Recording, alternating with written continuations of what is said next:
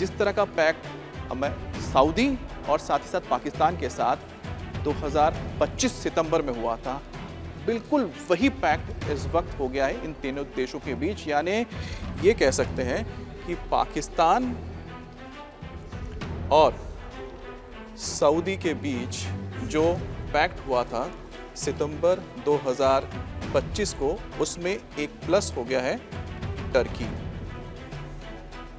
अब ये तीनों देश हो गए। अब इसमें तीनों देश को अगर देखा जाए तो हर देश की अपनी अपनी खूबी होती है, जैसे मैंने आपको बताया था पहले कि पाकिस्तान की क्या खूबी है। पाकिस्तान के पास न्यूक्लियर बॉम्ब, सऊदी के पास पैसा है, उसका डिफेंस बजट ही करीब $100 बिलियन का है। और तुर्की के पास क्या है? तुर्की के पास है पहली चीज़ नाटो की दूसरी सबसे बड़ी आर्मी फौज है, और दूसरी चीज़ है उनके पास एक डिफेंस इंडस्ट्री है जिसमें वो कई आधुनिक हथियार तैयार करते हैं। ड्रोन्स उनका सबसे घातक हथियार इस वक्त दुनिया में माना जाता है। तो तीनों देशों की जो ताकत है वो साथ लेकर आ रहे हैं, और तीनों देश मिलकर अब ये समझौता किया है। और तीनों देशों के बीच अब आगे जो भी इसके निटिग्रिटीज़ हैं उसके बारे में तो ज़्यादा जानकारी नहीं मिली है, लेकिन ये ज़रूर होगा कि वो आपस में, चाहे वो हथियारों का मसला हो या फिर दूसरी चीज़ों, उसको वो साझा करेंगे। अब बात आती है कि ये संधि क्यों की गई, क्या ज़रूरत थी कि तीनों देशों को अचानक साथ आके समझौता करना पड़ा। सऊदी और पाकिस्तान के बीच तो समझौता था ही, इसमें तुर्की फिर क्यों इन्वॉल्व हो गया। अब इसके लिए आपको एक बात समझनी होगी कि मौजूदा हालात क्या है। मौजूदा हालात सबसे इंपॉर्टेंट है कि प्रेजेंटली क्या चल रहा है। प्रेजेंट यहाँ पर है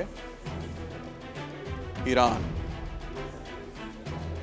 ईरान सबसे बड़ा इस वक्त फैक्टर ने तो ज़रूरत क्या थी।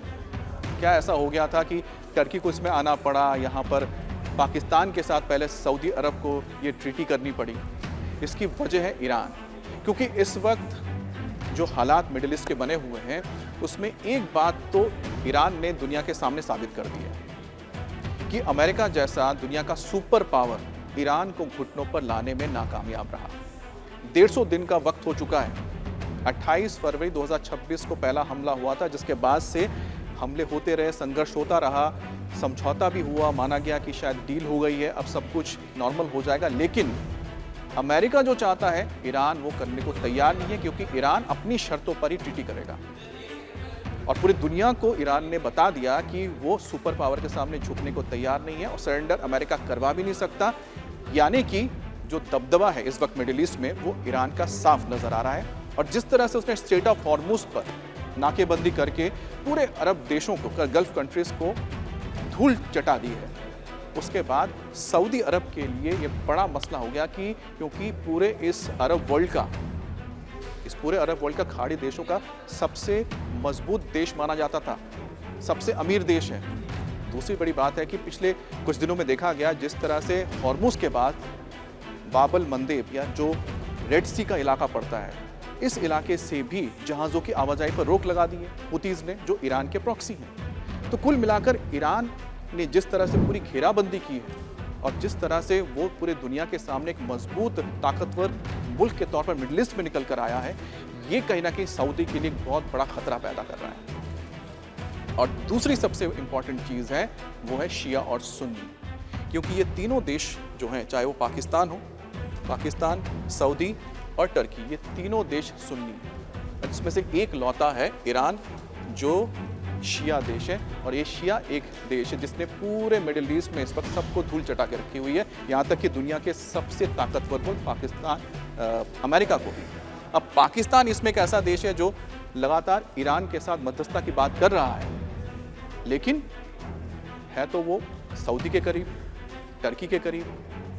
ईरान के साथ भले ही वो मध्यस्थता कर रहा हो, लेकिन वो अमेरिका की वजह से कर रहा है। लेकिन इस पूरे संधि में एक बात निकलकर सामने आई है कि ईरान की वजह से ये संधि हुई है, और ये जो संधि हुई है 3 सुन्नी देशों ने एक अलायंस बनाया है ईरान एक लौते शिया देश के खिलाफ, क्योंकि उसने पूरे गल्फ कंट्रीज में इस वक्त सबको अपने दबाव में रखा है, डरा के रखा हुआ है, और सबको ये लगता है कि अगर इस वक्त ईरान के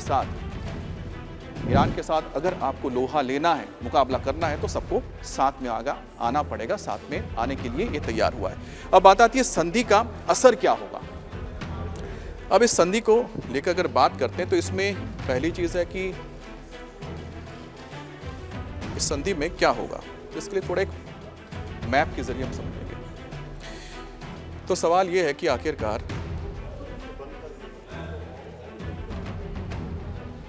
इसका इम्पैक्ट क्या होने जा रहा है। अब इसका इम्पैक्ट एक लॉन्ग टर्म होगा और एक शॉर्ट टर्म होगा।